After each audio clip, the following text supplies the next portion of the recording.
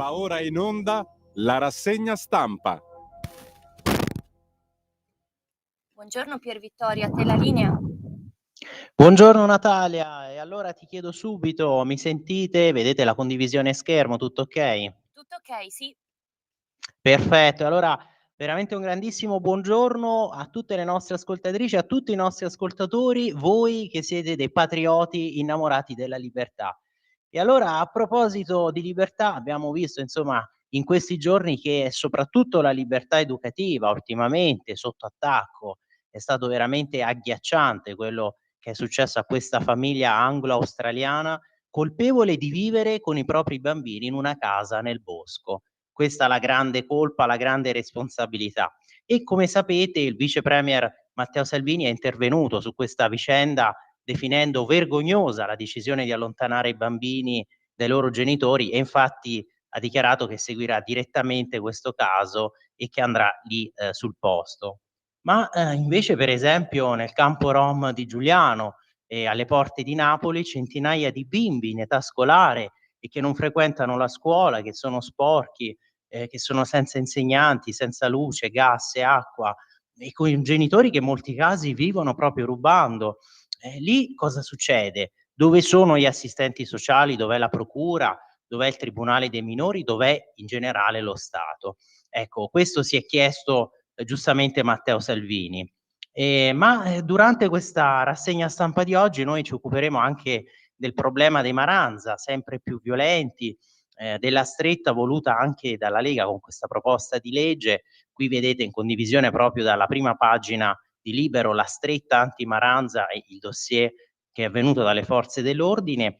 E poi sentirete anche l'intervento che ha tenuto Emanuele Monti, come sapete consigliere regionale in Lombardia e responsabile nazionale sanità della Lega, intervento in risposta proprio al quesito che gli abbiamo formulato a margine della recente conferenza stampa alla Camera con cui la Lega ha illustrato i suoi 54 emendamenti sulla sanità presentati proprio per questa manovra finanziaria.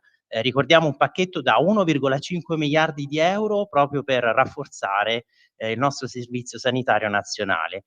Alle 9:15 ci collegheremo come sempre con il nostrissimo Matteo De Sio, come sapete conduttore per il lunedì mattina del programma Te la rido io l'America, e con lui commenteremo questo piano di pace proposto da Trump per la fine della guerra in Ucraina e poi sempre con Matteo ci concentreremo anche proprio su questo tema della libertà educativa dei genitori, della violenza dei giovani, soprattutto appunto di questi Maranza.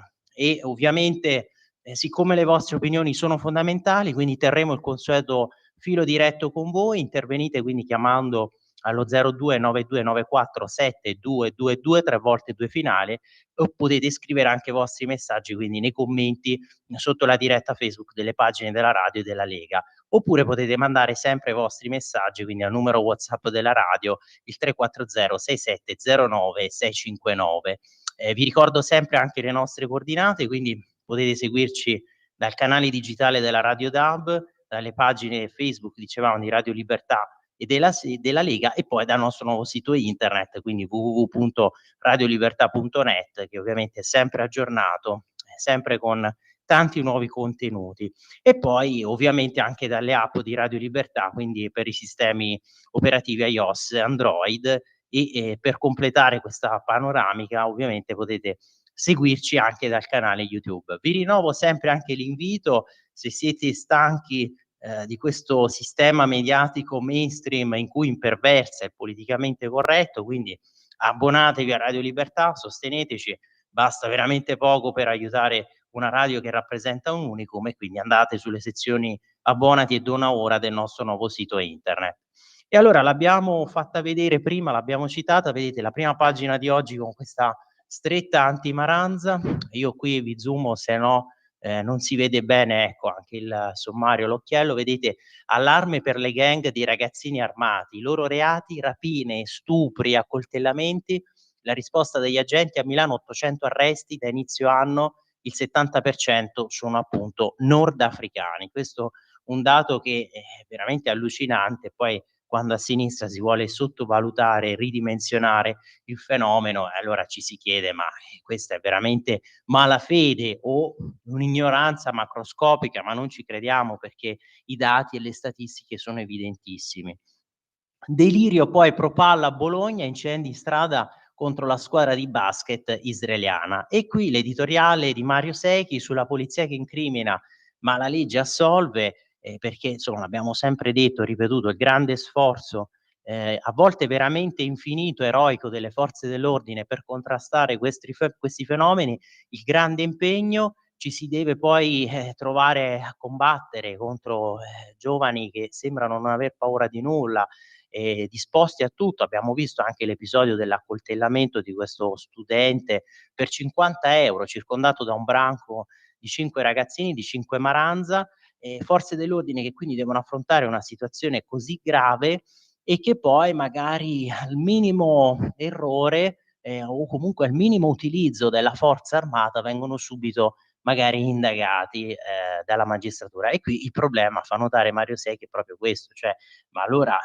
questa criminalità viene contrastata dalle forze dell'ordine e poi però viene applicata questa legge nei tribunali, viene applicato un diritto che però paradossalmente sembra favorire gli aggressori, non le vittime, sembra favorire, i criminali. E qui scrive: "La violenza metropolitana è lo specchio dei tempi", qui anche una riflessione su quella che è stata l'evoluzione dell'Italia, della criminalità poi in tutti questi decenni, e anche nella stessa Milano, perché ovviamente prima gli anni '70 con la violenza che era soprattutto ideologica, con queste battaglie politiche, il terrorismo, ovviamente tutto lo squadrismo brigatista, e poi invece il periodo magari degli anni '80, del riflusso, il periodo dei paninari, e qui lui scrive: "Le scazzottate magari erano quelle tra tifoserie, il conflitto sociale continuò nelle curve degli stadi, con la febbre del tifo e la sbronza da oltrà, una roba",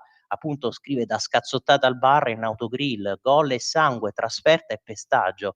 Nella confusione dell'alcol 30 anni dopo sono usciti dai sarcofagi della storia gli antisemiti", questi Propal che abbiamo visto a Bologna, hanno incendiato, hanno acceso questi incendi, per strada per protestare contro la squadra di basket israeliana, e quindi ignoranti che sono con la kefia al fianco di Hamas e contro gli ebrei. Questo appunto dicevamo a Bologna, e sempre la stessa compagnia di giro dal libretto rosso di Mao ai manifesti di Hezbollah. Come in un videogioco, alla penultima schermata è comparso il mostro, figlio di una mutazione genetica che parte dal cattivo maestro e arriva al Maranza. Un triplo salto mortale senza rete, dagli anni di piombo al weekend con il coltello in corso Como. Segni particolari: il cervello vuoto, e infatti è un vuoto, ma non solo neurologico verrebbe da dire, ma un vuoto pneumatico che è poi soprattutto valoriale, esistenziale, un nichilismo veramente assoluto.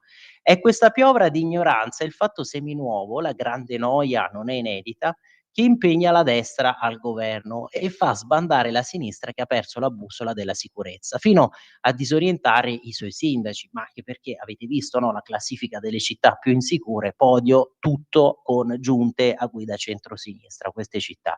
Quindi allora il problema non è solo, diciamo, dello Stato centrale, perché poi i sindaci dispongono, sapete, anche di poteri, no, in materia di sicurezza, con lo strumento per esempio delle ordinanze. Milano ha vissuto cronaca ben più nera, stragi, esecuzioni, ma l'invasione del piccolo crimine con grande impatto è capillare. Tra italiani, stranieri e oriundi, prime e seconde generazioni, buone famiglie e cattive abitudini, delinquenza e scemenza, c'è molto lavoro da fare. E la magistratura militante che indaga e sentenzia con l'ideologia, quella che scarcera all'istante anche quando si tratta di delinquenti presi con le mani nel sacco, non è la soluzione, ma parte del problema, e forse qui verrebbe da aggiungere la parte principale, prevalente di questo problema. Mi ricordo il poster di un film poliziesco del 1973 con l'attore Franco Nero, e qui attenzione perché, veramente poi vabbè, questo è il titolo del poster, ma riassume proprio l'editoriale, dà il titolo all'editoriale, cioè "La polizia incrimina, la legge assolve". arrestateli e teneteli dentro. E verrebbe insomma da dire che a un certo punto con questi personaggi qua in giro, la chiave della cella in cui sono rinchiusi, quella chiave va proprio buttata, perché insomma veramente non se ne può più. E invece buoni risultati qui per il rating dell'Italia, che passa da Baa3 a Baa2 per la promozione quindi di Moody's, che ci promuove dopo 23 anni. Giorgetti che ovviamente commenta, no, riconoscendo la fiducia che viene riposta nel governo. E poi l'altro scandalo che ha travolto Fico, i vantaggi dell'ex presidente della Camera, anche lui tanto barricadero, tanto rivoluzionario e tanto a difesa poi, quasi come tutti i radical chic a questo punto, tanto a difesa dei cosiddetti meno abbienti, poveri, e poi si scopre che godeva di questi privilegi, lui che era anticasta, godeva di questo privilegio della casta perché il suo posto barca di Capitan Fico, qui appunto chiamato 550 € l'anno, solo questo l'importo che lui pagava.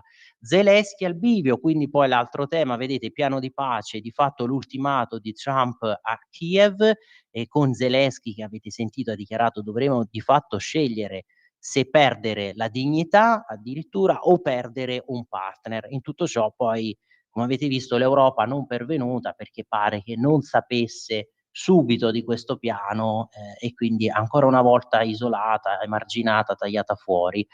E invece, Carlo Nicolato qui che scrive: "Prendere o lasciare" è una sorta di ultimatum, quello imposto dagli Stati Uniti all'Ucraina sull'ultimo piano di pace consegnato da Washington e Mosca negli ultimi giorni. Copyright Georgia, questa idea, e qui scrive appunto Daniele Capezzone su questo tema, cioè l'idea che una protezione da offrire simil NATO, da mesi quasi in solitudine in Italia questo giornale suggerisce prudenza e sangue freddo sul dossier ucraino, sconsigliando di sparare a palle incatenate contro Donald Trump. E allora, andiamo un attimo qui a pagina 14, così approfondiamo questo tema.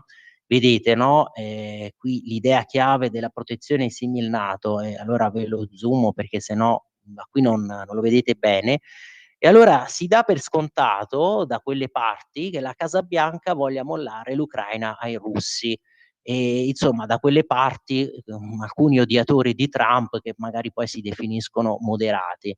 E che quindi Trump sia pronto a svendere Kiev. Ecco, questo è tecnicamente falso, aggiunge Daniele Capezzone. Fu falso durante il primo mandato Trump, quando gli Stati Uniti con preveggenza rifornirono l'Ucraina di quei missili Javelin che poi si sarebbero rivelati determinanti per la difesa dagli attacchi di Mosca, ed è falso anche stavolta, sia pure con oscillazioni retoriche. Trump finora infatti non ha affatto ceduto a Putin. Anzi, poi avete visto che in tutti questi mesi i messaggi sono stati sempre contrastanti, una sorta di tira e molla, poi questo anche nel gioco delle parti, nel gioco poi che forse è quello preferito di Trump, che vuole mostrarsi imprevedibile, vuole apparire come tale, di fatto esserlo, proprio per spiazzare i suoi interlocutori. E quindi magari, un giorno poteva dire A, il giorno successivo dire B, senza paura, no, di apparire come quello che si smentiva, che si rinnegava, che sconfessava quanto detto precedentemente.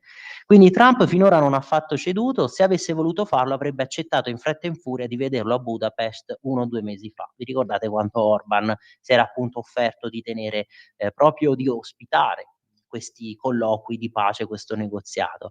Al contrario, evitando che la partita negoziale rimanesse solo nelle mani del suo amico Witkoff, Trump ha affidato il dossier alla sapienza politica e all'indiscutibile atlantismo del segretario di Stato Marco Rubio, già artefice della tessitura di tregua a Gaza. E da questo lavoro è venuta fuori la bozza americana della quale si sta discutendo adesso e della quale sono circolate 2 versioni. Documento che nella prima versione è discutibile in diversi aspetti e per alcuni profili è anche penalizzante per l'Ucraina, non solo sul piano delle concessioni territoriali, ma soprattutto rispetto a un'ipotesi di dimezzamento dell'esercito di Kiev. Quindi sapete, no, la possibilità intanto di praticamente certificare, fotografare quella che è la situazione proprio reale sul campo di battaglia e quindi congelare così le posizioni militari, le concessioni territoriali e poi il dopo. L'Ucraina quindi come si potrebbe armare, quanti diciamo unità militari potrebbe poi tenere. finito questa guerra, quindi a conclusione della pace. Attenzione però, in base alla seconda versione, come contropartita rispetto ad alcune sofferte, dolorose rinunce, Kiev otterrebbe uno scudo prezioso, una protezione futura simil NATO, pur senza entrare a far parte dell'alleanza, e questo sarebbe un risultato di straordinario rilievo per gli aggrediti, per non tornare a subire un'aggressione ulteriore tra qualche mese. I lettori di Libero ricorderanno, qui prosegue Daniele Capezzone, ricorderanno che questa era esattamente la proposta brillante e politicamente efficace avanzata per prima da Giorgia Meloni, un meccanismo quindi simile all'articolo 5 del trattato NATO, soccorso dell'alleanza al paese aggredito, pur in assenza di una membership NATO dell'Ucraina. Quindi qui commentando, no, questa possibilità, da un lato sicuramente una garanzia a favore dell'Ucraina, di Kiev, dall'altro però sappiamo benissimo che è sempre un potenziale rischio di escalation, perché poi basta una nuova scintilla, una nuova miccia, e qualcuno poi, sapete, in questi mesi ha ipotizzato sempre la possibilità di false flag, poi bisogna capire se fosse propaganda, se fosse disinformazione russa, ma spesso anche gli stessi servizi russi avevano detto: "Ah, abbiamo sventato dei piani di false flag, si sarebbe fatta ricadere la colpa, no, su di noi, sull'esercito russo, per azioni di sabotaggio", e poi magari si sarebbe creata l'occasione, il pretesto proprio per un'ulteriore escalation, per un conflitto a larga scala diretto tra la Russia e tutto il resto dell'Occidente, l'Europa, comunque forze NATO occidentali. Ecco dunque che i 28 punti della bozza, in cui appunto si articola questo piano di pace previsto, proposto da Trump, andrebbero visti nel loro complesso, quindi non spezzettati mettendo sotto la lente di ingrandimento solo le parti più sfavorevoli per Kiev. E tutto va ovviamente rinegoziato. Da questo punto di vista, quindi, Kiev è parsa più ragionevole rispetto ad alcuni commentatori italiani. Quanto invece al trio Starmer, Macron, Merz, da ieri quei leader fanno circolare l'ipotesi di un loro contropiano e sembrano però arrivati come al solito in ritardo, no? Ora, se si tratta di rafforzare Kiev nella trattativa, tutto può essere utile, ma il rischio di far saltare l'iniziativa americana andrebbe scongiurato. La strada maestra è avvicinare le due sponde dell'Atlantico, quindi non certo allontanarle. In questo senso non pare saggio alzare la voce senza avere carte reali da giocare. Quello che ovviamente aveva fatto notare subito Trump a Zelensky quando l'aveva ricevuto quella prima volta alla Casa Bianca, vi ricordate? Poi era stato accusato Trump di aver di fatto umiliato Zelensky, di averlo trattato così in modo molto rude. Mentre gli ucraini, pur non nascondendo, ecco, l'insoddisfazione, la perplessità per alcuni punti del documento, si sono dichiarati pronti a discuterlo. Un approccio costruttivo e intelligente. Da ultimo c'è Trump con le sessioni che scatena invariabilmente tra i suoi odiatori, i quali nella loro furia, nel loro accecamento, non si accorgono di contraddirsi. Se è vero, come sostengono nei giorni pari, che il vanaglorioso Trump pensa solo al Nobel per la pace da conseguire l'anno prossimo, come si può nei giorni dispari affermare che il presidente statunitense spinga per un accordo capestro? Trump, al contrario, è il primo a non aver bisogno di un accordo qualsiasi, e meno che mai di un accordo umiliante per gli ucraini, ma di una buona intesa. Magari non la migliore in astratto, ma questo sì, la migliore concretamente possibile nelle condizioni attuali. Dunque, calma e gesso, tutto si può discutere, tutto è ovviamente negoziabile, ma senza farsi possedere dal pregiudizio e dall'ostilità preconcetta. E invece no, da quelle parti, come ha scritto Capezzone, gli odiatori che si definiscono moderati sono già pronti a boicottare. E qui vedete l'articolo proprio di Fausto Carioti: la premier è impegnata a tenere insieme Europa e Stati Uniti, no, la Meloni, a proposito di questo piano di Trump, che comunque costituirebbe un buon punto da cui partire, e si attende anche il confronto al G20 di Johannesburg, appunto in Sudafrica. Bene le garanzie di sicurezza per Kiev, ma sul resto serve approfondire. Ieri il colloquio con Merz, oggi vertice con Macron e Starmer. La missione di Meloni è sempre quella: evitare che l'Occidente si divida e dunque tenere insieme Europa e Stati Uniti. E infatti questo è stato visto come un approccio, no, anche un po' cerchio-bottista, evitare quindi questa divisione. È arrivata ieri a Johannesburg, dove il vertice inizia oggi, Johannesburg, il motto scelto dai sudafricani è solidarietà, uguaglianza e sostenibilità, ma è chiaro che gli incontri importanti saranno quelli non ufficiali che si svolgeranno invece a margine del G20. Dovrebbe tenersene uno oggi, convocato d'urgenza tra la premier italiana e il francese Emmanuel Macron, l'inglese Keir Starmer e il tedesco Friedrich Merz, proprio per discutere della proposta di Trump. Meloni e Merz si sono sentiti ieri al telefono per un primo scambio di opinioni. La valutazione della Presidente del Consiglio, fanno sapere i suoi uffici, è positiva, in particolare su una parte del piano. Spiegano che è stato accolto con favore in riferimento a solide garanzie di sicurezza integrali, quindi al più ampio quadro della stabilità europea e transatlantica, in linea con quanto da tempo proposto dall'Italia. E qui vedete in conclusione intanto la didascalia della foto, Giorgia Meloni in Sudafrica, dove è stata accolta dalla vice ministro alla presidenza Mlauli, e dicevo, la conclusione dell'articolo: non costringere Zelensky a firmare un'intesa che l'Ucraina non condivide e aiutarlo a migliorarla è anche la linea di Starmer, Merz e Macron. I tre ieri hanno appunto tenuto una videoconferenza con il presidente ucraino. Al termine hanno spiegato di aver accolto con favore gli sforzi degli Stati Uniti, comprese le proposte sulle robuste garanzie di sicurezza. Ribadiscono però che l'attuale linea del fronte deve essere solo il punto di partenza per ogni discussione sulla spartizione dei territori, un modo per dire che Vladimir Putin dovrebbe ottenere dall'Ucraina meno di quanto previsto dal piano di Trump.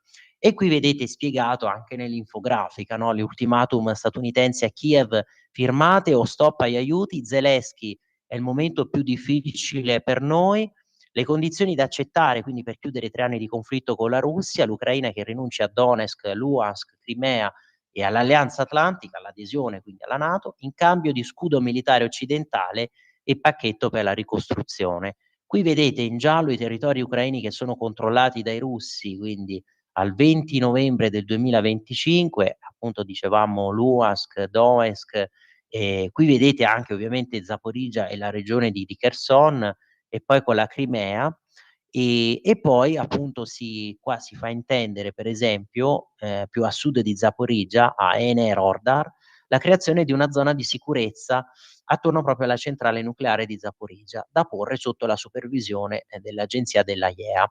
Le proposte previste dal piano di Donald Trump: vedete il ritiro dell'esercito ucraino dalle zone contese, creazione di una fascia smilitarizzata dove la Russia non potrà appunto dislocare le truppe, consolidamento dell'attuale linea del fronte, quindi negli oblast di Kherson e Zaporizhzhia, questi appunto vedete qui, lasciando una parte del territorio sotto il controllo ucraino, e status incerto per gli altri territori occupati da russi, in particolare parti degli oblast di Sumy, Kharkiv, che il piano non affronta esplicitamente.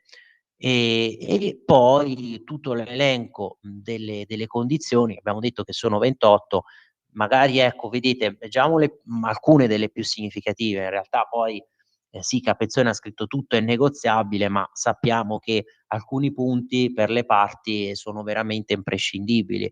Per esempio l'8º punto, no, per la Russia sarebbe fondamentale: la NATO accetta di non schierare truppe in Ucraina. L'Ucraina riceverà garanzie di sicurezza affidabili, e questo sicuramente è un punto che l'Ucraina considera irrinunciabile. Oppure il 25: l'Ucraina terrà le elezioni entro 100 giorni, e questo anche per via di una condizione che secondo me si è apposta anche tenendo conto della situazione politico-istituzionale che si è creata adesso in Ucraina, con poi Zelensky ancora più indebolito dopo lo scandalo corruzione che appunto è emerso, è venuto fuori. Punto 17: Stati Uniti e Russia concorderanno di estendere la validità dei trattati sulla non proliferazione e il controllo delle armi nucleari.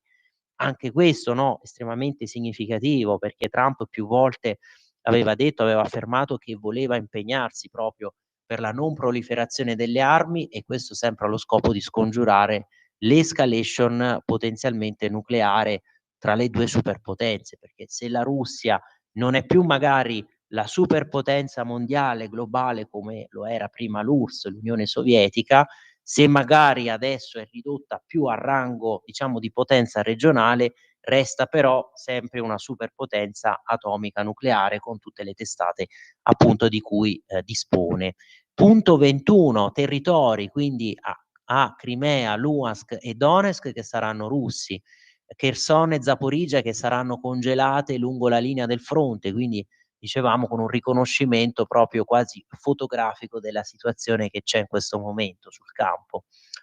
Lettera C, la Russia cederà i territori che controlla al di fuori delle 5 regioni.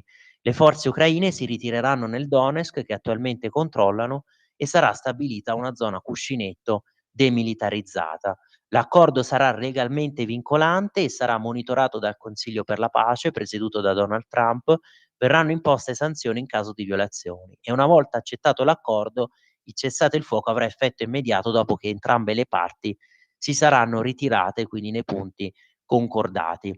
E qui vedete l'articolo poi che spiega tutto di Carlo Nicolato e ovviamente i punti che sono più favorevoli all'Ucraina, a cominciare, dicevamo prima, dalle garanzie di sicurezza. Il 10 si legge che se la Russia invadesse l'Ucraina, oltre a una risposta militare coordinata e decisa, tutte le sanzioni globali verrebbero ripristinate e Mosca perderebbe automaticamente tutti i vantaggi ottenuti dal patto, compreso quindi i territori. Secondo indiscrezioni tale garanzia, anche quello che stavamo leggendo dall'articolo, dalla riflessione di Daniele Capezzone, questa garanzia è modellata sull'articolo 5 della NATO che impegnerebbe gli alleati statunitensi ed europei a trattare un attacco all'Ucraina come un attacco all'intera comunità transatlantica. Kiev quindi potrà entrare nella UE, questo è il punto 11, e riceverà un potente pacchetto per la ricostruzione, 12, con la creazione, come appunto punto, con la creazione di un fondo di sviluppo e la partecipazione di Stati Uniti, Banca Mondiale ed Europa. Per la ricostruzione verranno utilizzati 100 miliardi di dollari di asset russi congelati, 14, e altri 100 che l'Europa dovrà aggiungere. Gli Stati Uniti riceveranno il 50% dei profitti derivanti da questa iniziativa e quindi poi quello che stavamo leggendo, punto 25, entro 100 giorni in Ucraina dovrebbero tenersi le elezioni e al punto 13 si dice che la Russia sarà reintegrata nell'economia globale, le saranno quindi revocate le sanzioni, rientrerà nel G8 e potrà quindi tessere delle relazioni commerciali, fare affari con gli Stati Uniti. Trump ha comunque assicurato che fintanto che il piano non verrà approvato, le pesanti sanzioni sul petrolio entreranno regolarmente in vigore. E quindi tanti commentatori, analisti, questo lo abbiamo anche ripetuto tante volte, hanno ovviamente sempre fatto notare, osservare che lo scopo poi alla fine di questi negoziati, di questo possibile piano di pace che vuole tanto Trump, lo scopo principale, precipuo, è sempre quello, levare la Russia quindi dall'abbraccio mortale con la Cina, cercare di separare appunto i due alleati, ma del resto la Russia si è ritrovata quasi tra le braccia della Cina, non che non mancasse una partnership tra i due paesi, ma ci si è ritrovata ancora di più in questo abbraccio mortale con la superpotenza cinese dopo tutte le sanzioni europee e occidentali. Allora Natalia, grazie che me l'hai ricordato, 8:30, facciamo la pausa così ci ritroviamo poi fra pochissimo. In quanti ti promettono trasparenza, ma alla fine ti ritrovi sempre con la bocca chiusa e non puoi dire quello che pensi? Radio Libertà non ha filtri né censure. Ascolta la gente e parla come la gente. Migliaia di notizie ci raccontano i fatti che accadono in Italia e ogni giorno c'è una voce fuori dal coro. Quotidiano di Sicilia, il quotidiano d'Italia, l'informazione che ribalta i luoghi comuni, una vera visione dei fatti, l'Italia vista da sud. Ogni siciliano che vive in Italia e nel mondo è una risorsa, è protagonista della crescita della nostra nazione. Dai forza alla crescita della nostra isola, abbonandoti al QDS digitale più archivio a soli 99 euro annuo. Quotidiano di Sicilia, il quotidiano d'Italia, una scelta di valore. Lo amiamo perché ci offre sempre le cose più buone e naturali. Linea Alberto Acerbis! Cari amici, care scette, cari siure, cari tutti di Radio Libertà, Alberto Acerbis è qua anche stamattina. Non dimentichiamo l'olio però, cioè confezione di Natale è una cosa che inizia e finisce, numero chiuso. Perché tu devi regalare qualcosa che non è che poi a Santo Stefano vedi il panettone che ti regalano se prendi le calze, detti anche scalfariccio. Cioè, cerchiamo di capirci. Cioè parliamo di un regalo particolare che fa davvero la differenza nella qualità dei prodotti né come viene presentato. Detto questo, stiamo raccogliendo le olive ancora per 20 giorni. L'olio nuovo è pronto. Mio nonno in questo periodo mi diceva: Alberto, vecché, Alberto, l'olio bulve sempre a galla, in francese. In italiano: Alberto, vieni qua, l'olio buono viene sempre a galla. Quindi se volete le 6 bottiglie per dicembre, ma ne ho ancora 2, ne ho ancora una, aspetto, vediamo. Allora, guardate che noi roba di importazione no, quest'anno poche olive belle, poche, belle, olio meraviglioso, prezzo vecchio. Io dicembre e gennaio vi garantisco ancora questa roba, poi permettetemi a gennaio ne riparliamo. Se volete l'olio Acerbis, se lo pensate come un qualcosa di diverso, a parte con 6 bottiglie fai 6 regali. Chiama 030 68 44 08 o visita olioacerbis.com e chiedi informazioni. Puoi parlare con me, con la Mira, se sono qua. Chiedete di me, fate quello che volete.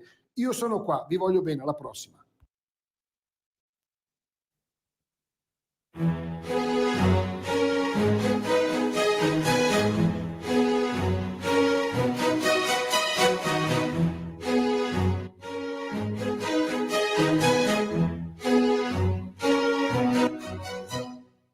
Ci vuol passione, molta pazienza, sciroppo di lampone e un filo di incoscienza. Ci vuol farina del proprio sacco, sensualità latina e un minimo di stacco. Si fa così, rossetto e cioccolato, che non mangiarli sarebbe un peccato. Si fa così, si cuoce a fuoco lento, mescolando con sentimento.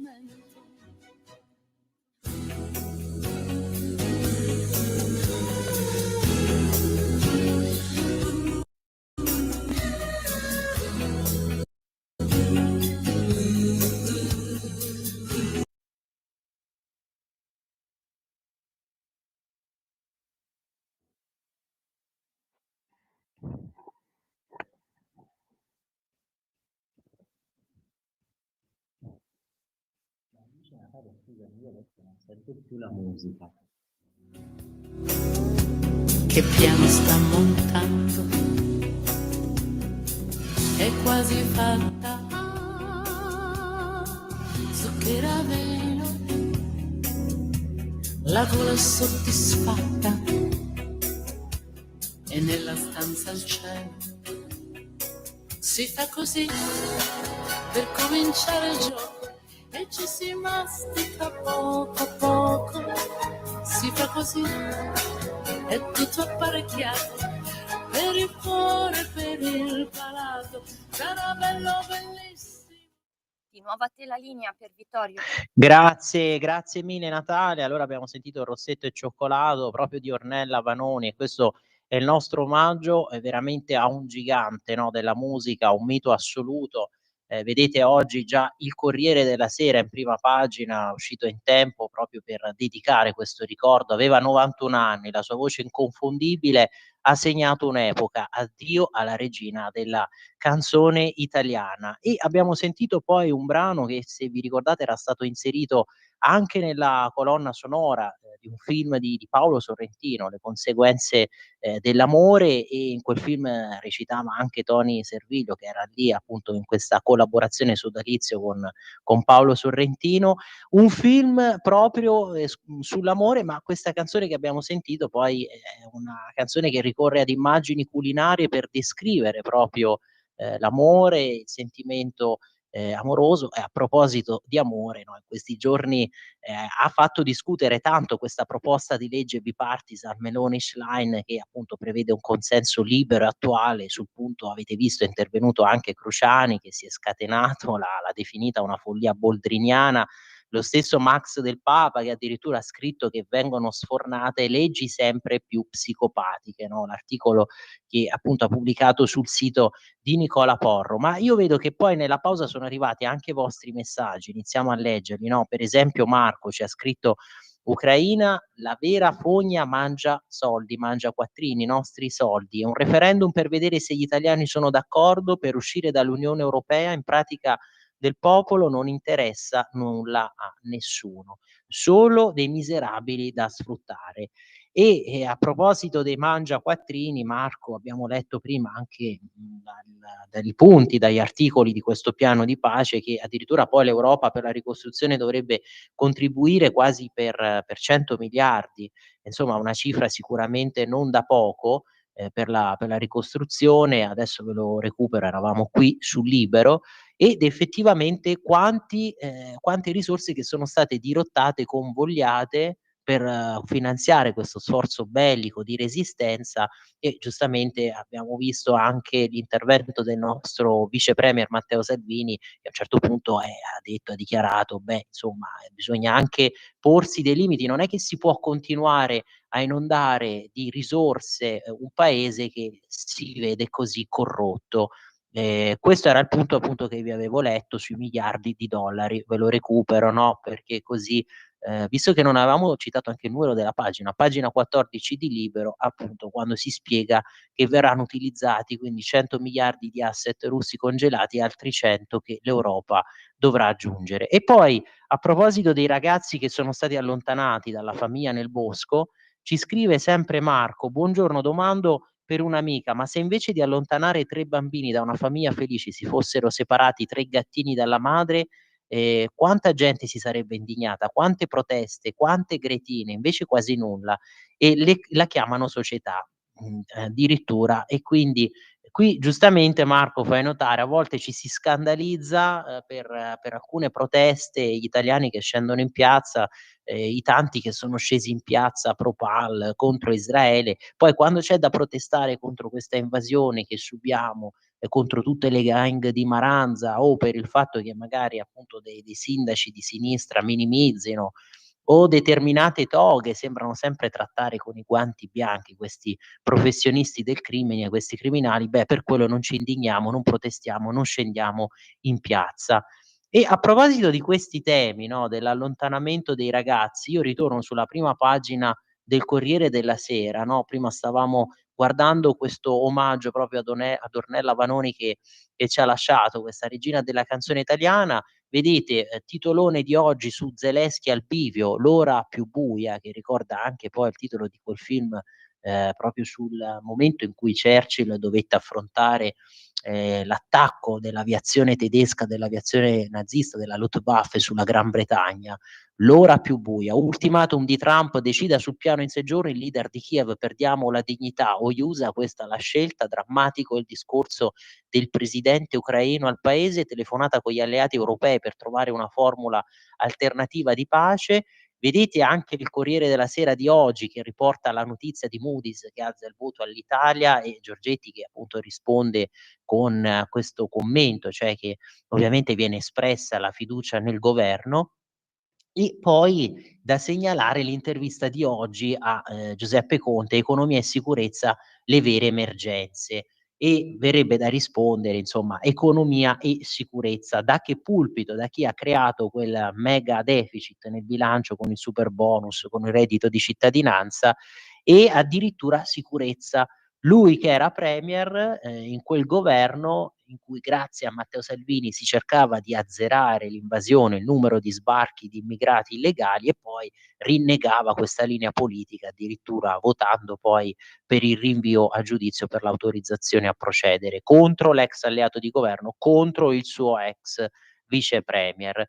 Vedete, questa è un'intervista che trovate a pagina 13 di oggi del Corriere della Sera, l'apriamo così almeno vediamo i punti principali. Vedete, in Italia poca sicurezza e la crescita più bassa in Europa. Attacco al Colle scomposto per tutta la vicenda che c'è stata per appunto l'intervento, diciamo, da chiacchiera di bar del consigliere del Quirinale. E questo poi è un altro tema su cui ci torniamo, soprattutto per la verità di oggi. Vedete, il presidente del Movimento 5 Stelle: mai vista una Confindustria così compiacente con il governo, i problemi, se l'area progressista vuole farsi del mare, può continuare a parlare di campo largo e stretto piuttosto che dei problemi delle persone, ma sapete adesso il campo largo per ristrutturarsi potrebbe ambire, no, a un Prodi, a queste figure, ma giustamente si è fatto notare, ma uno come Romano Prodi, comunque con la sua età, come può pretendere di confederare, di federare quest'area. Il territorio, i cittadini da nord a sud mi raccontano storie di scippi, furti e rapine che dilagano e non c'è presidio del territorio, mancano 25.000 agenti. E qui continuiamo a rispondere a Conte, ma da che pulpito? Voi che avete sempre minimizzato il problema, avete sempre accusato poi il centrodestra, la Lega, di essere esageratamente securitari, di soffiare sul fuoco per queste questioni qui, di alimentare la paura dell'insicurezza, e adesso voi, no, intervenite sul punto dicendo: "Ah, manca la sicurezza, l'insicurezza è dilagante". Per esempio qui, nel comizio in Veneto la premier ha detto che l'Italia traina la crescita in Europa. Non è vero? Dopo i dati diffusi da Banca d'Italia, Istat e Commissione UE, queste falsità non reggono e ormai non riescono a ribadirle neppure i trombettieri meloniani in TV. E questo dopo che abbiamo letto e commentato, no, il rating di Moody's. Quindi queste sono le obiezioni, queste sono le accuse che rivolge Conte, giudicate voi. E poi l'altra domanda, Garofari può restare al Consiglio Supremo di Difesa o deve dimettersi? Appunto il caso del consigliere del Quirinale dopo le sue esternazioni sul piano, no, anti-Meloni. Deve dimettersi non avendo più la fiducia del governo? Per me no, non deve dimettersi, visto che è una polemica montata ad arte, e invece la Verità di oggi con Belpietro ricorda che insomma questo non è uno scoop da poco, perché un rappresentante, un collaboratore comunque di un'istituzione che dovrebbe essere tendenzialmente super partes, cioè quella del Quirinale, della Presidenza della Repubblica, si lascia andare così in maniera anche un po' avventata, irresponsabile, a quelle considerazioni, e poi pretende anche di essere scusato. Tanto riceve il conforto, mentre invece avete visto il segretario dell'Authority si è dovuto dimettere. Ha ricevuto anche questo conforto Garofani, semplicemente detto: "Ma sì, io mi sono lasciato andare a quelle che erano delle chiacchiere da bar, in amicizia". Un'altra vittima del caso è la Schlein. Ha ragione Prodi, la segretaria e la sinistra non sono pronte a governare. Ecco, prima dicevamo di Prodi che viene visto come ormai il principale critico in questo campo largo che è sempre più campo minato per tutte le tensioni che appunto lo attraversano. E qui risponde Conte: se tutta l'area progressista vuole farsi del male, ma a questo punto verrebbe da dire vuole fare proprio l'harakiri, il suicidio, può continuare ogni giorno a parlare di campo largo e stretto e di criteri per la premiership, piuttosto che dei problemi che attanagliano le persone. Le imprese chiudono e le famiglie non arrivano a fine mese. Consiglierei di smetterla di inseguire le distrazioni che ci arrivano da Palazzo Chigi.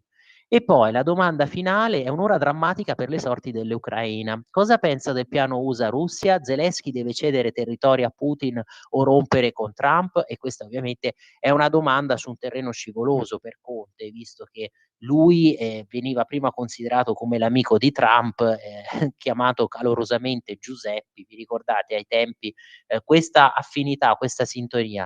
I governanti europei, a partire da Meloni, hanno scommesso sulla vittoria militare sulla Russia. Ora che il fallimento è evidente, non hanno più soluzioni, perché hanno lasciato a Trump questa iniziativa negoziale, perché si sono autoesclusi.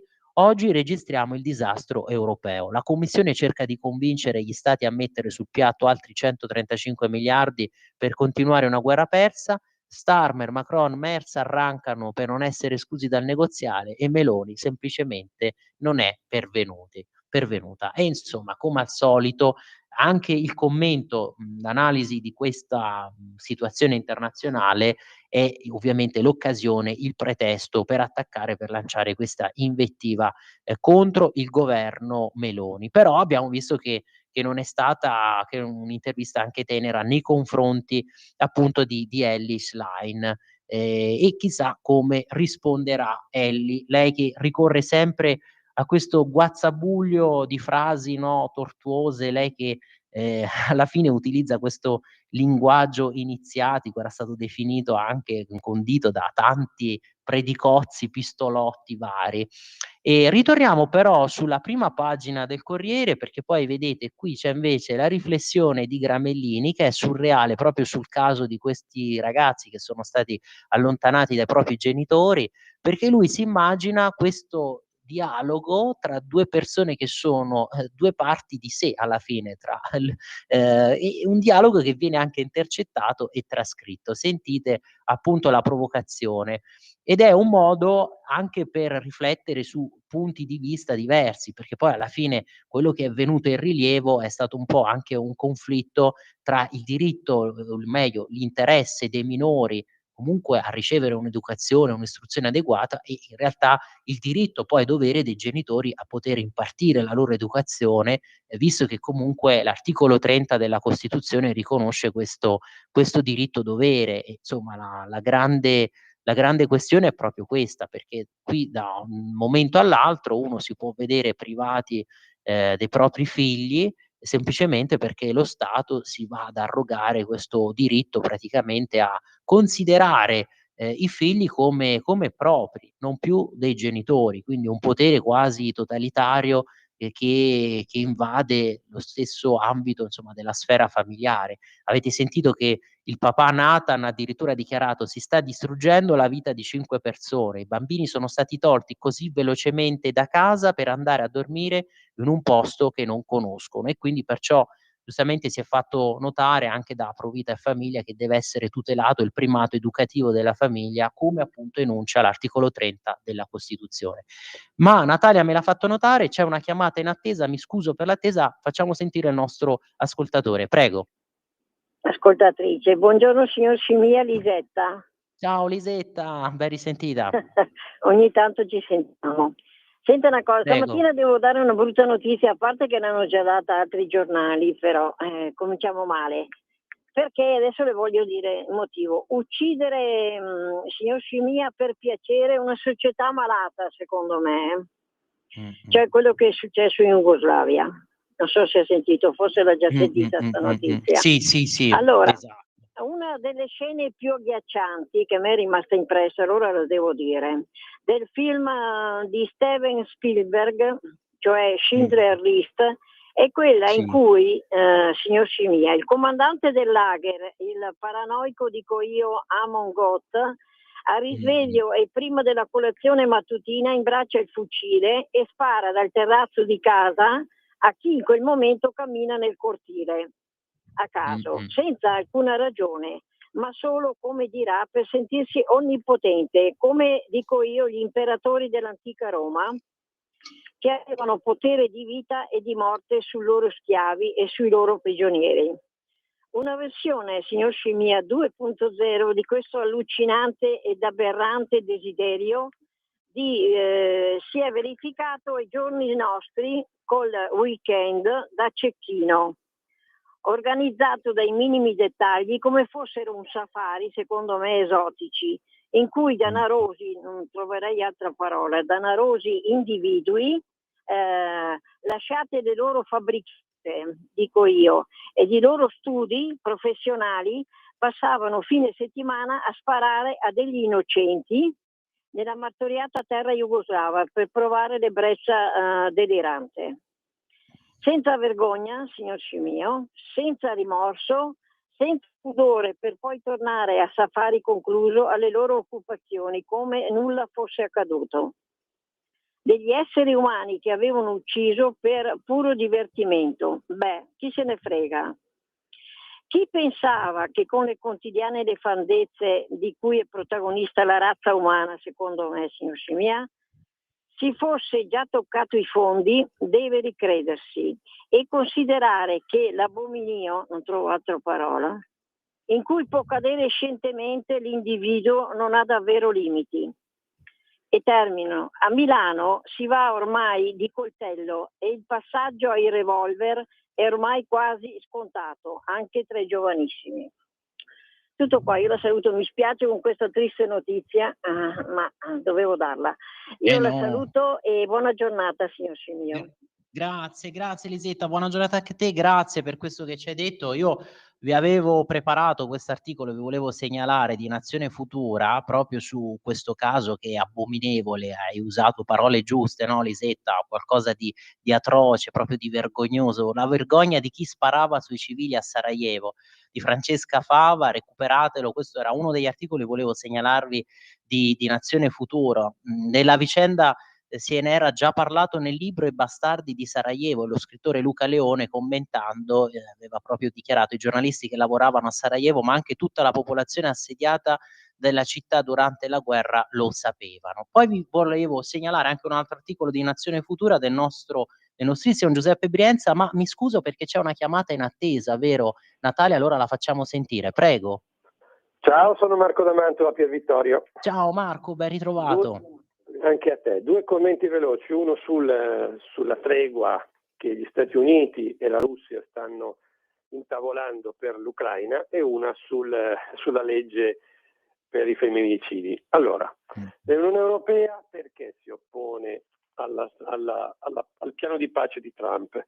Per ragioni puramente politiche, perché l'Unione Europea aveva seguito ciecamente i Biden, proprio per allineamento politico.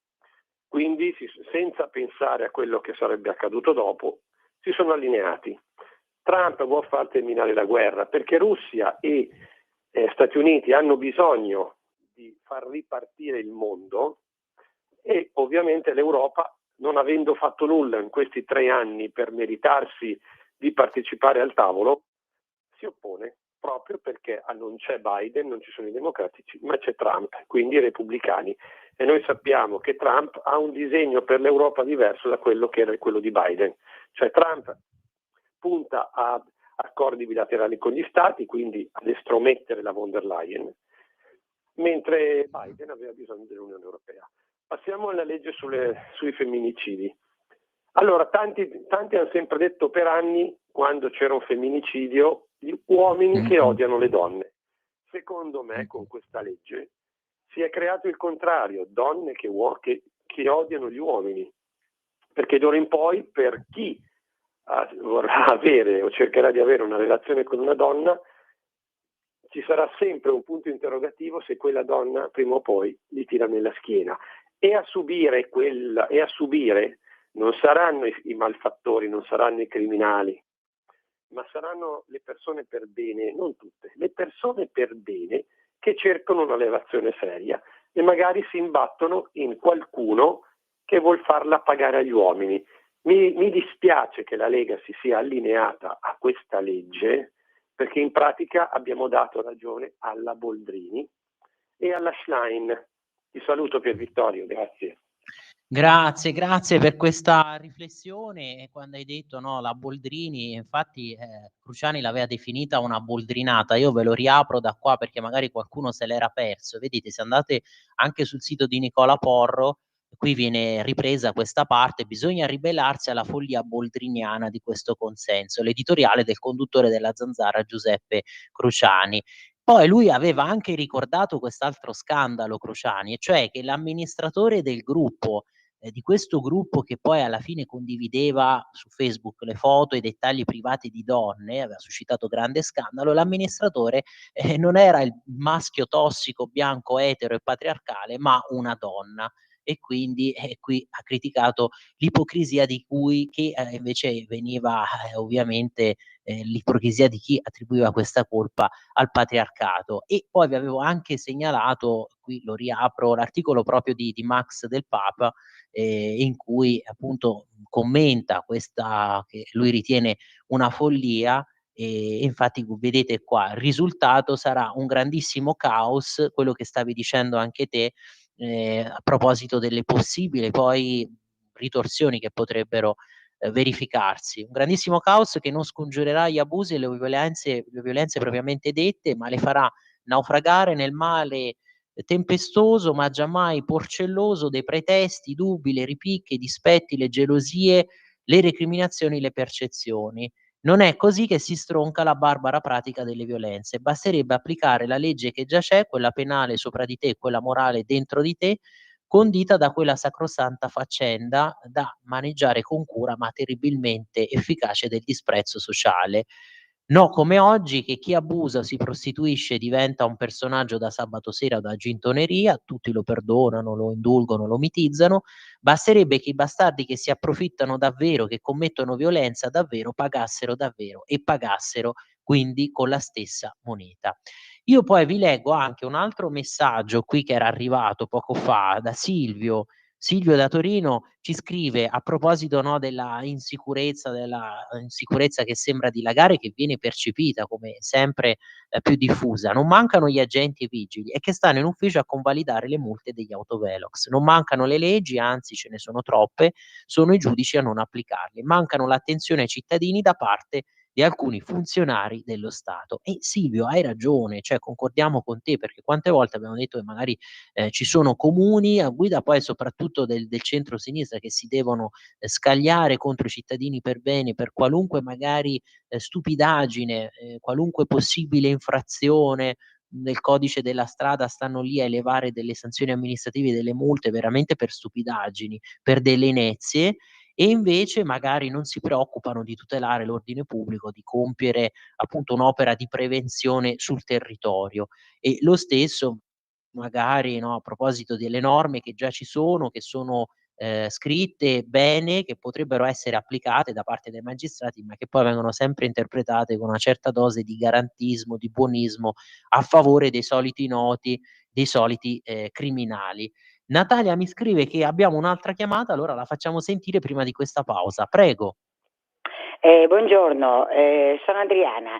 Ha Ciao, perfettamente ragione Marco. Io mi auguro che Salvini ascolti ancora ogni tanto questa radio, ma togliamoci assolutamente dalle decisioni di quella Boldrini, che già al suo paese non la riconoscono, per cui noi le diamo ancora retta. Ma la Lega deve fare la differenza, ma assolutamente è una legge tremenda quella, perché ha ragione, questo è un modo diciamo sottile per arrivare a qualche fuori di testa che si potrà vendicare sugli uomini. Ma stiamo scherzando? Ma noi stiamo dando veramente i numeri. Comunque, ribadisco, che facciano la differenza quelli della Lega, perché questa volta altrimenti perderanno un sacco di voti. Un sacco di voti. Mi dispiace, sono molto delusa. Non cederò perché è quello che vogliono gli altri, ma però attenzione, fate veramente una mozione di protesta da parte nostra.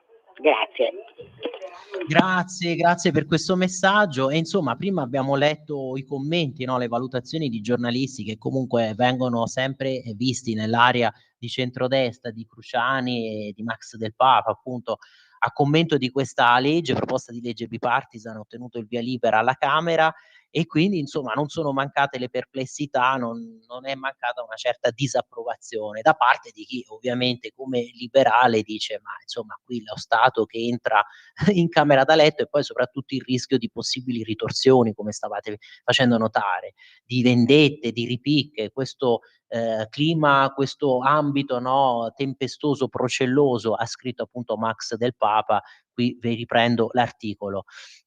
Ma allora io vedo che sono già le 9 proprio precise, spaccate, e quindi Natalia, se sei d'accordo, facciamo la pausa, magari facciamo sentire invece quello che ci ha detto Emanuele Monti a proposito proprio di queste preintese sull'altro grande tema dell'autonomia, grande risultato della Lega ottenuto, le preintese in materia di autonomia che sono state firmate dal presidente di Regione Lombardia Attilio Fontana e dal ministro per gli affari regionali e l'autonomia Roberto Calderoli, l'impatto quindi sulla sanità. E allora a fra pochissimo.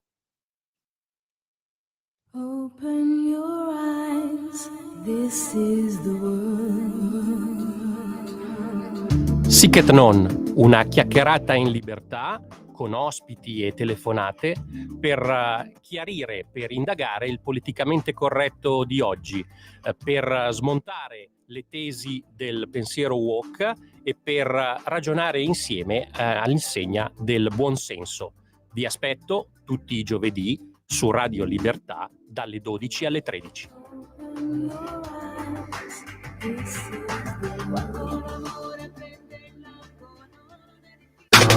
Stai ascoltando Radio Libertà, la tua voce libera, senza filtri né censura. La tua radio. Di nuovo a te la linea per Vittorio. Grazie mille Natalia. Allora l'abbiamo annunciato questo punto, noi appunto abbiamo incontrato alla Camera dei Deputati Emanuele Monti, ricordiamo consigliere regionale in Lombardia e responsabile nazionale sanità della Lega, e durante questa recente conferenza stampa in cui la Lega ha spiegato i suoi ben 54 emendamenti sulla sanità presentati per questa manovra finanziaria. Quindi abbiamo chiesto cosa cambierà per la sanità lombarda dopo la firma di queste preintese sull'autonomia da parte del presidente di Regione Lombardia Attilio Fontana e del ministro per gli affari regionali e autonomie Roberto Calderoli.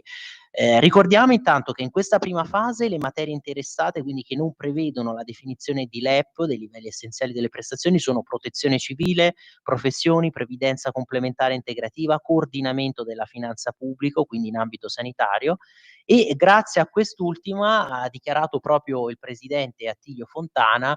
Io qui vi apro anche l'articolo del giorno che riportava alla fine i contenuti di questo incontro, di questa preintesa, quindi qui in visione, in condivisione schermo dovreste vederlo questo articolo. Ebbene, queste 4 materie abbiamo detto che riguardano anche poi il coordinamento della finanza pubblica in ambito sanitario, e proprio in base a questo il presidente Fontana ha dichiarato che la sanità lombarda sarà ancora più efficiente, perché consentirà alle regioni che sono in equilibrio economico, quindi nel comparto sanitario, di poter essere, che sono quindi in equilibrio in questo comparto e che rispettino però, attenzione, anche i LEA, cioè i livelli essenziali di assistenza, potranno ottenere ancora più flessibilità e discrezionalità nell'utilizzo dei fondi della sanità, senza dover più sottostare ai vincoli attuali e quei vincoli che impediscono di dirottare delle risorse da una voce all'altra. Allora Emanuele Monti ci ha fatto un esempio di quello che potrebbe accadere, di quello che già comunque si è fatto parzialmente in Regione Lombardia.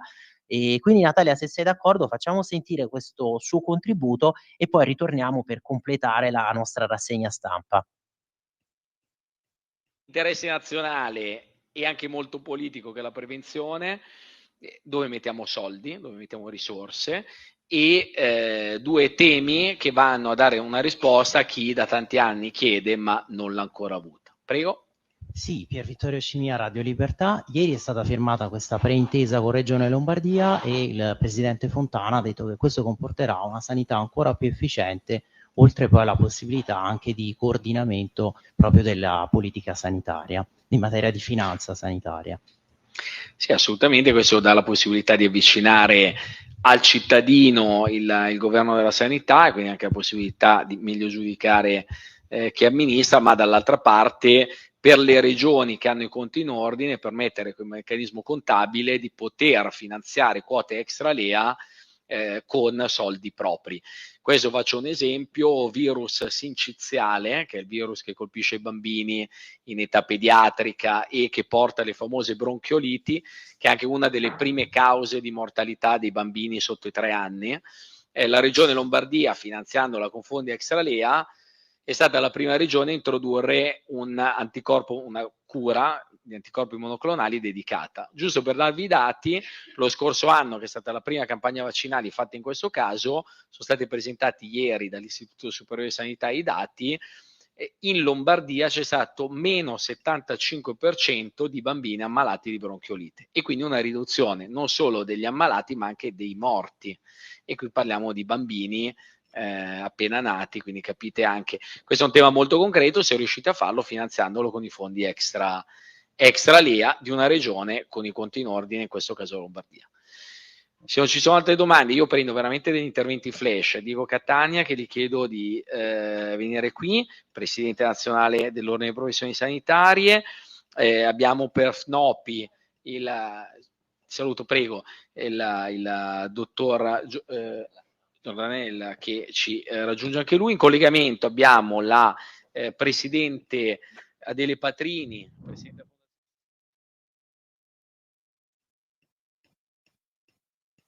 Di nuovo a te la linea, Pier Vittorio. Grazie mille Natalia. Allora, dopo questo contributo, io siccome ve l'avevo segnalato, torniamo su Nazione Futura, perché a proposito di altre atrocità, di altri orrori, dobbiamo commentare anche poi tutta questa violenza che si perpetua nel mondo contro le cosiddette spose bambine. Allora, Ve lo recupero da qui, dovreste vederlo in condivisione schermo. Qui eravamo prima commentando quello che ci aveva suggerito Lisetta come argomento nel suo intervento, e cioè la vergogna di chi sparava sui civili a Sarajevo. E giustamente Lisetta ci avevi citato anche Amon Goth, questa belva dell'SS che sparava alle persone, ai suoi lavoratori schiavi, e praticamente una scena che si è ripetuta, una scena che appunto era stata fatta vedere nel film di Schindler List di Spielberg. Ma invece l'altro articolo che vi stavo segnalando è proprio questo: lasciateci essere bambini, non moli, la campagna di Plan International contro i matrimoni forzati.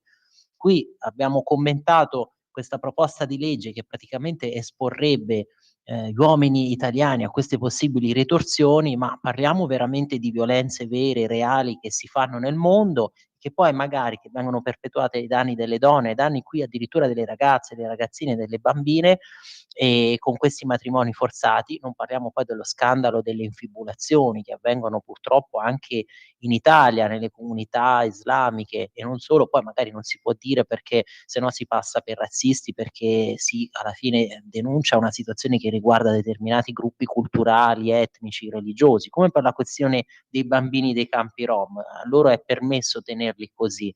Invece la colpa è di chi è appunto magari è una coppia anglo-australiana, e beh, quelli sono dei bianchi, quindi vanno puniti. Questo scrive oggi Mascheroni sul giornale, e poi ci torniamo. Ma vedete, it's time to end child marriage. È arrivato il momento di finirla con questo matrimonio, questi matrimoni delle bambine.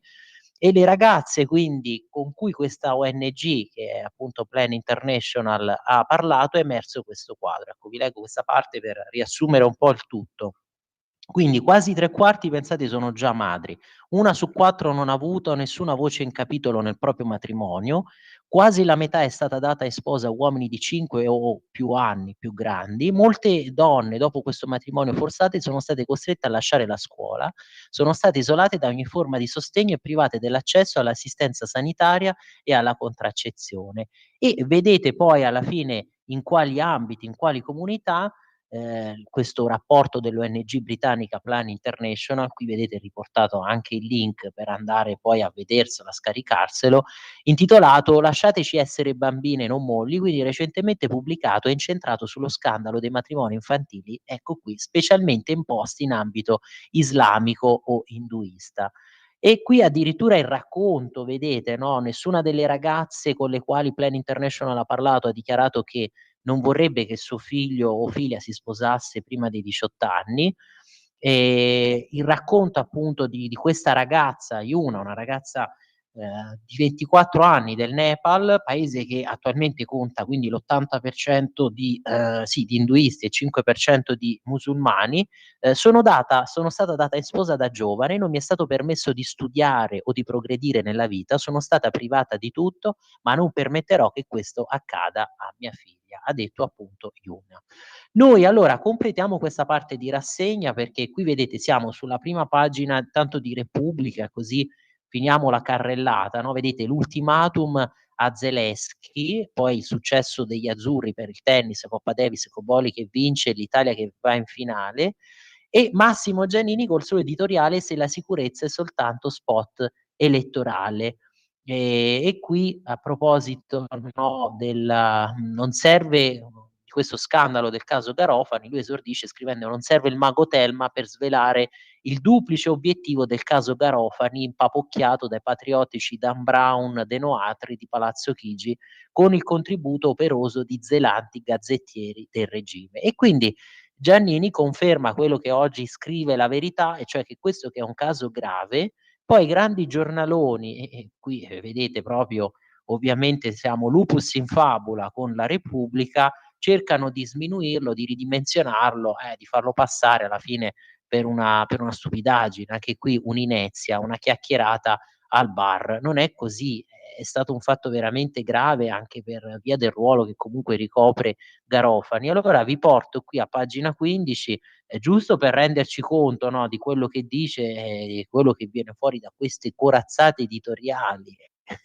di Repubblica, A proposito quindi dell'insicurezza, poi prosegue l'articolo sulla sicurezza che è solo spot elettorale. Giannini scrive: l'insicurezza reale percepita sta aumentando. Lo dicono i numeri del Viminale. I delitti denunciati all'autorità giudiziaria sono 2,38 milioni con un'impennata del 3,4% rispetto al pre-Covid. Crescono soprattutto microcriminalità e reati di strada. Quindi capite adesso che cosa si scrive? No, prima la destra veniva accusata di soffiare sul fuoco, di alimentare la paura, di essere troppo securitaria, law and order, manittara.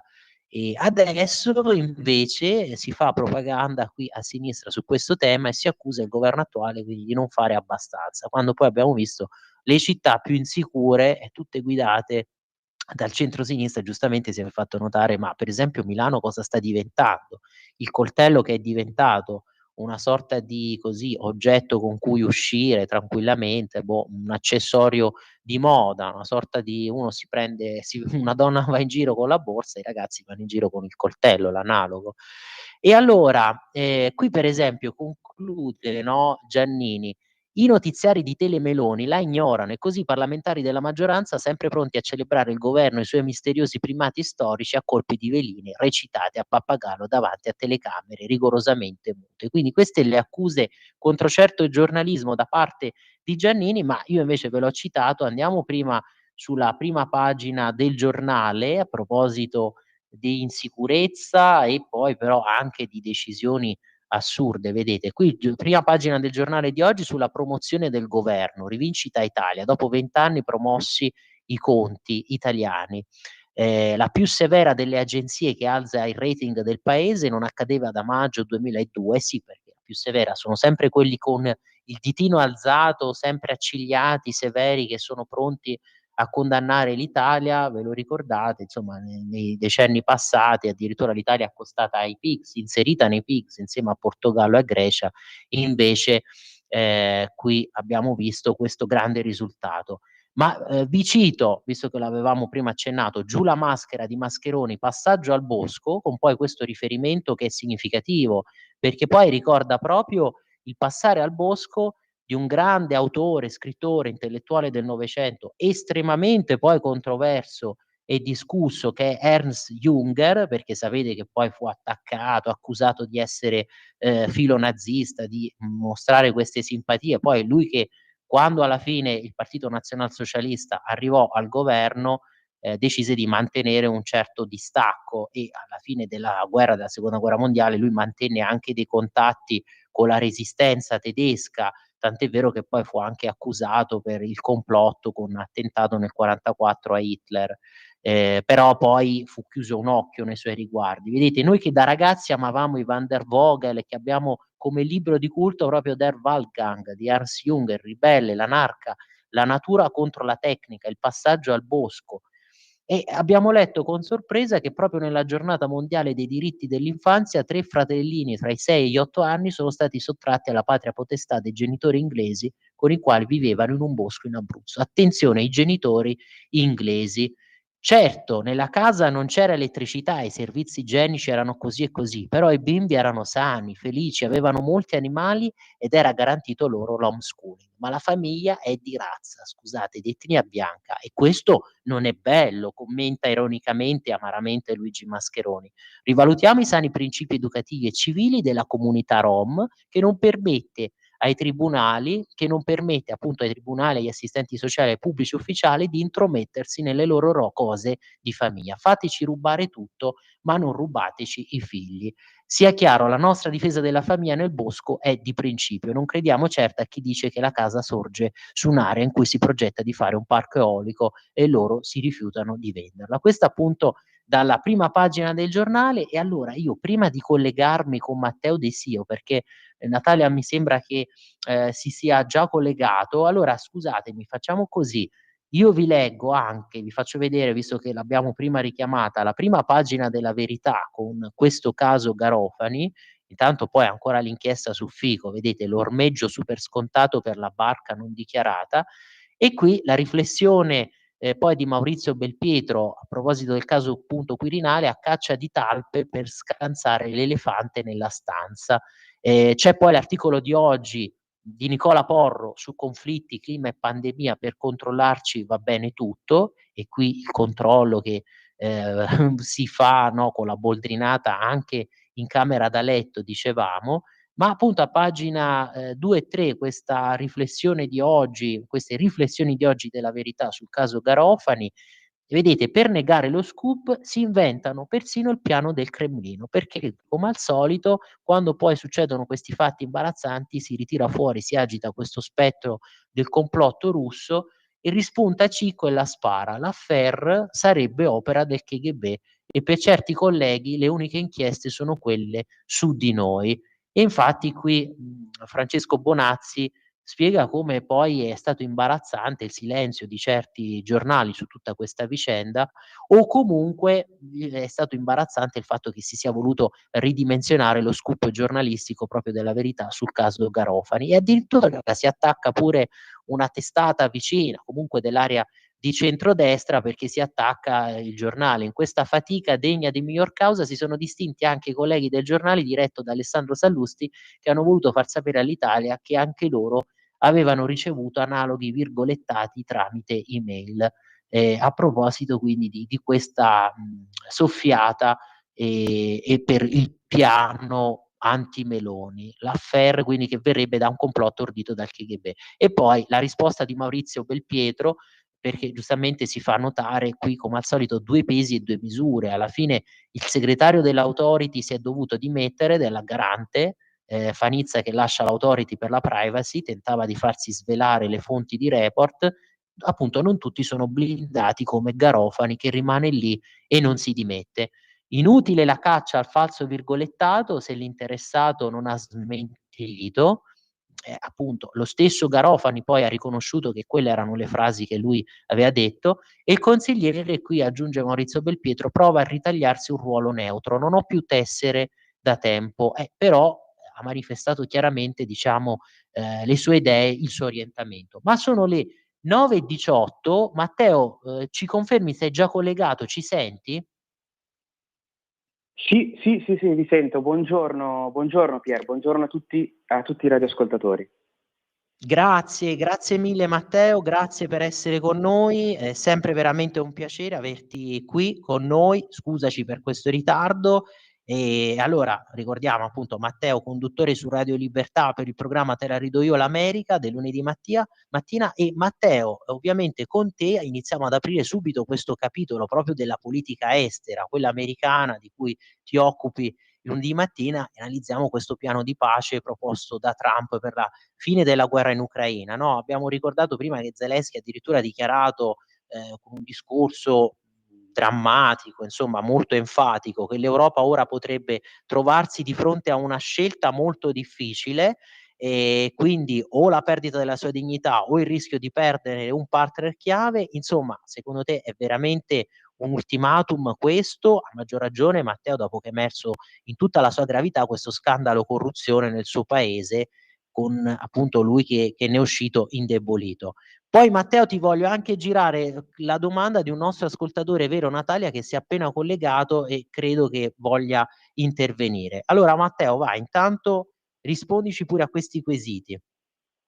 Allora, innanzitutto bisogna anche ricordare che gli Stati Uniti hanno speso tantissimi soldi nel conflitto con l'Ucraina, ed è normale che comincino ad avanzare delle pretese. È normale che i soldi per gli aiuti comincino anche a finire e che i taxpayer, i cittadini americani, non abbiano più delle risorse da consegnare a Zelensky. Purtroppo per lui si trova in una situazione in cui non può fronteggiare la Russia da solo, e in più i membri del suo governo si sono ritrovati con le mani in pasta in situazioni molto brutte per quanto riguarda poi un governo soprattutto in stato di guerra. Pertanto diciamo che bisogna forse smettere di pensare nel giusto o sbagliato. Negli interessi degli americani è di finire la guerra il prima possibile, e soprattutto gli europei che non sono all'interno degli accordi di pace devono solo lamentarsi con loro stessi, perché hanno deciso di distanziarsi dal presidente Trump, e giustamente il presidente Trump prende i propri accordi di pace, i propri accordi per quanto riguarda la fine di conflitti internazionali che pesano sulle tasche dei propri cittadini in maniera autonoma e senza dover aspettare un alleato reticente. Eh sì, si sono stufati perché comunque le spese sono state veramente consistenti. Poi abbiamo visto che già da anni, prima ancora con il mandato Trump, con il primo mandato Trump comunque si era dotata di una certa fornitura militare l'Ucraina. Per esempio questi Javelin, no, che erano stati assegnati, l'abbiamo ricordato prima anche dall'editoriale, dalla riflessione di Daniele Capezzone, cioè per smentire poi sempre questa vulgata narrativa secondo cui a Trump dell'Ucraina non interesserebbe nulla, è l'amico di Putin, e invece no. Se l'Ucraina ha potuto resistere già nei primi giorni è perché c'aveva quelle dotazioni, quelle forniture che erano arrivate già con il primo mandato di Trump. Ma Matteo, io vengo con te anche alla seconda questione, qui invece ritorniamo in Italia, diciamo sulla politica interna italiana, parlando di insicurezza, di criminalità, di disagio giovanile, di questo caso dei ragazzi che sono stati allontanati. Per esempio, a proposito intanto di insicurezza, volevo leggerti pure i messaggi che ci sono arrivati, no? Ermanno che ci scrive: Scimia, non arrampicarti sugli specchi, in sicurezza è in tutti i comuni, anche quelli di destra. Addirittura ci scrive Ermanno: ci vuole la pena di morte e non chiacchiere. Ermanno, veramente drastico, perché poi l'abbiamo detto, sono soprattutto anche dalla classifica, no, che era stata pubblicata alcuni giorni fa, questi comuni a guida di centrosinistra con tutti questi casi di criminalità dilagante. Antonia che ci scrive: ma perché viene sempre accusato Salvini? Mi risulta che al governo Fratelli d'Italia possieda la maggioranza dei voti. Tanti vengono da leghisti che sono quelli che hanno cambiato casacca, che sono passati lì. Esiste ancora Forza Italia poi, che a volte è avversaria della Lega appunto su alcuni temi, ci scrive Antonia. Ma allora Matteo, una sintesi di tutta questa vicenda, perché i punti sono due, no? Abbiamo visto come al solito due pesi e due misure, come ha fatto notare Matteo Salvini, cioè i ragazzi che erano lì in questa casa nel bosco alla fine sono cresciuti, chi li ha visti sembravano felici, tranquilli, certo mancavano alcune comodità, alcuni comfort, però come ha fatto notare Matteo Salvini, ma dov'è lo Stato, dov'è la procura lì per quel campo rom che ha visitato a Giuliano alle porte di Napoli, e lì i bambini stanno sporchi, non frequentano la scuola, insomma, e poi con genitori che campano di espedienti e di crimini. E poi si è fatto anche notare, ma insomma, i Maranza che hanno accoltellato un giovane a Milano rendendolo invalido permanente vivevano apparentemente integrati, no? In un normale contesto urbano che si potrebbe definire moderno, standard, però evidentemente non mancava il disagio. E poi c'è a questo punto un problema sicurezza a Milano, un problema gravissimo, no? È diventata una sorta di Gotham City. Se questi ragazzini ormai escono e vanno in giro con il coltello come se fosse il cellulare. Allora, cominciamo con la prima domanda. Secondo me Milano ha un problema enorme di sicurezza per quanto riguarda soprattutto le vie che dovrebbero essere dedicate all'intrattenimento, al divertimento la sera, e questo ovviamente è grave, perché vieta ai milanesi, vieta ai giovani ma anche agli adulti milanesi, perché purtroppo queste gang colpiscono chiunque, vieta ai milanesi di poter vivere una vita rilassata dopo il lavoro, dopo lo studio, insomma. È una situazione che poi, tra l'altro, non sembra avere fine. Parliamo anche di una Milano che vede soprattutto le istituzioni locali che sembra non vogliano discutere delle situazioni per non inimicarsi parte del proprio elettorato, e questo ovviamente è una problematica ulteriore. Invece, per quanto riguarda i ragazzi che vivono nel campo rom e che purtroppo quindi non partecipano alla vita sociale delle nostre città, quello lo Stato purtroppo deve trovare la forza e deve essere anche supportato dall'opinione pubblica per cercare di trovare una soluzione per dei ragazzi che altrimenti sono costretti poi in età adulta a delinquere, perché non c'è altro modo per sopravvivere. Quindi lo Stato deve farsi forza e deve cercare di assolutamente trovare il modo per togliere dei ragazzini da una situazione disagevole sul serio, quella dei campi rom, perché purtroppo parliamo di persone di estrema povertà di conoscenze, quindi che non possono ottenere facilmente un lavoro, preferiscono delinquere, e lo Stato deve trovare un modo per arginare la situazione. Anche questa è vera integrazione che la sinistra non ha mai affrontato sul serio. Eh sì, e che anzi ha paura di intervenire perché no, poi si passa sempre per razzisti. E allora sono le 9:27, Matteo, io volevo concludere con voi, visto che non ne abbiamo parlato prima, con la prima pagina del Tempo di oggi, la sfida allo Stato, questo il reportage esclusivo di Giulia Sorrentino, che ha seguito tutte le vicende ultime di questo partito islamico che si vuole candidare a Roma alle prossime elezioni. Giulia Sorrentino, che poi è intervenuta, anche molti di voi ho visto che c'erano a questa conferenza, a questo convegno che si è tenuto a Roma con le europarlamentari leghiste, Susanna Ceccardi, Anna Cisint, Silvia Sardone, con il sottosegretario agli interni leghista Nicola Molteni, parlando proprio di questo rischio islamizzazione. Si è commentata anche questa nuova proposta di legge della Lega anti-Maranza, no, definita, che vuole limitare i ricongiungimenti familiari e che vuole anche revocare la cittadinanza per chi di questi minori che commettono reati non si integrano. Il reportage di oggi di Giulia Sorrentino, Il Tempo che riesce a partecipare alla riunione Zoom col capo dell'UCOI sulla flottiglia, con Annun. La nostra giornalista chiede spiegazioni sui legami con Hamas e la risposta è stata solo illazioni. E quindi poi recuperate pagina 2 e 3 del Tempo di oggi, vedete la sfida islamista allo Stato, l'imam di Torino e l'affronto a Meloni, poi attacca anche Salvini, quello che è successo poi a Bologna che stavamo dicendo, no? Fumogeni, razzi e sassi, guerriglia a Bologna, i propal collettivi e centri sociali che seminano il caos in città per impedire al team di basket israeliano di giocare.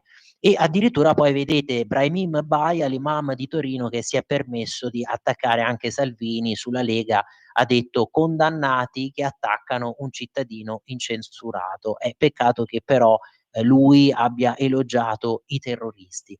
E allora noi siamo arrivati al termine di questa nostra rassegna stampa, come al solito il tempo è volato, quindi ci eravamo riprogrammati poi di analizzare tantissimi articoli, commentarli assieme, abbiamo perso anche una chiamata. Io vi ringrazio te Matteo, grazie per essere stato con noi, grazie per il tuo contributo, Grazie sempre tua analisi. Grazie, e ovviamente l'invito sempre ad essere liberi, forti e senza paura, e oggi vi aggiungo anche quello di evitare di far parte delle cosiddette armate del luogo, a cavallo del luogo comune, come le ha definite Giuliano Ferrara, che per carità ci critica spesso, addirittura si era permesso, no, di chiamare il truce Matteo Salvini, ma a proposito di questi giovani della generazione Mamdani. Questo è un articolo vecchio che però vi suggerisco di recuperare, in cui si parla proprio di questi giovani che sembrano spaesati, giovani nichilisti, e che ripetono appunto il luogo comune, il comunismo di questo politicamente corretto. Grazie a tutti voi, e allora buona prosecuzione qui su Radio Libertà e ovviamente buon weekend. Grazie ancora. Avete ascoltato